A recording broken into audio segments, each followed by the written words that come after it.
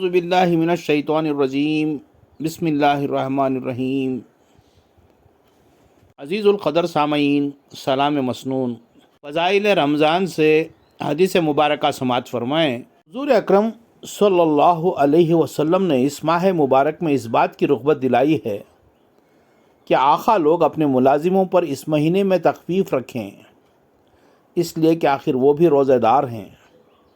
کام کی زیادتی سے ان کو روزے میں دقت ہوگی، البتہ اگر کام زیادہ ہو تو اس میں مذائقہ نہیں کہ رمضان کے لیے ہنگامی ملازم یہ قائد بڑھا لے، مگر جب ہی کہ ملازم روزے دار بھی ہو، ورنہ اس کے لیے رمضان بے رمضان برابر۔ اور اس ظلم و بے غیرتی کا تو ذکر ہی کیا کہ خود روزہ خور ہو کر بے حیا منہ سے روزے دار ملازموں سے کام لے، اور نماز روزے کی وجہ سے اگر تعمیل میں کچھ تساہل ہو تو ان پر برسنے لگے۔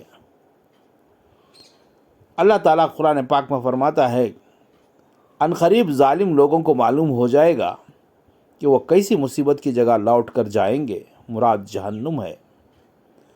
اس کے بعد نبی کریم صلی اللہ علیہ وسلم نے رمضان المبارک میں 4 چیزوں کی کثرت کا حکم فرمایا۔ 4 چیزوں کی کثرت کا حکم فرمایا۔ اول، کلمہ شہادت، احادیث میں اس کو افضل الذکر ارشاد فرمایا۔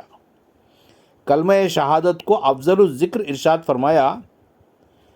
مشکات میں بروایت ابو سعید خدری رضی اللہ تعالیٰ عنہ نقل کیا ہے کہ حضرت موسیٰ علیہ السلام نے ایک مرتبہ اللہ جل جلالہ کی بارگاہ میں عرض کیا کہ یا اللہ، تو مجھے ایسی کوئی دعا بتلا دے کہ اس کے ساتھ میں تجھے یاد کیا کروں اور دعا کیا کروں۔ وہاں سے لا الہ الا اللہ ارشاد ہوا۔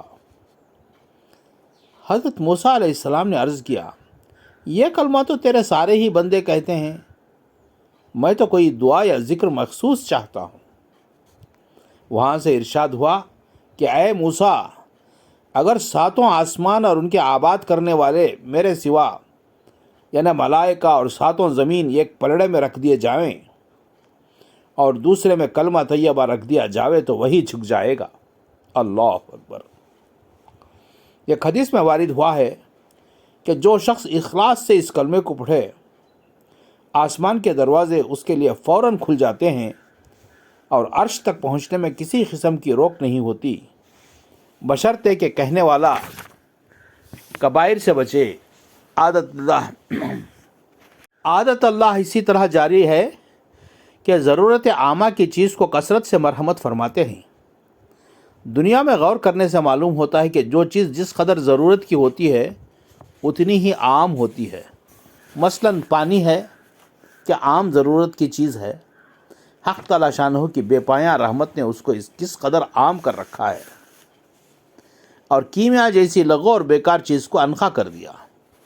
اسی طرح کلمہ طیبہ افضل الذکر ہے۔ متعدد احادیث میں اس کی تمام اذکار پر افضلیت معلوم ہوتی ہے۔ اس کو سب سے عام کر رکھا ہے کہ کوئی محروم نہ رہے، پھر بھی اگر کوئی محروم رہے تو اس کی بدبختی ہے۔ بالجملہ بہت سی احادیث اس کی فضیلت میں وارد ہوئی ہیں جن کو اختصاراً ترک کیا جاتا ہے۔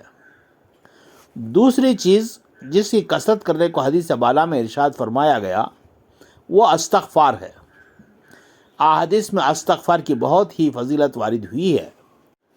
ایک حدیث میں وارد ہوا ہے کہ جو شخص استغفار کی کثرت رکھتا ہے، حق تعالی شانہ ہر تنگی سے اس کے لیے راستہ نکال دیتے ہیں اور ہر غم سے نجات نصیب فرماتے ہیں، اور ایسی طرح روزی پہنچاتے ہیں کہ کسی کو گمان بھی نہیں ہوتا۔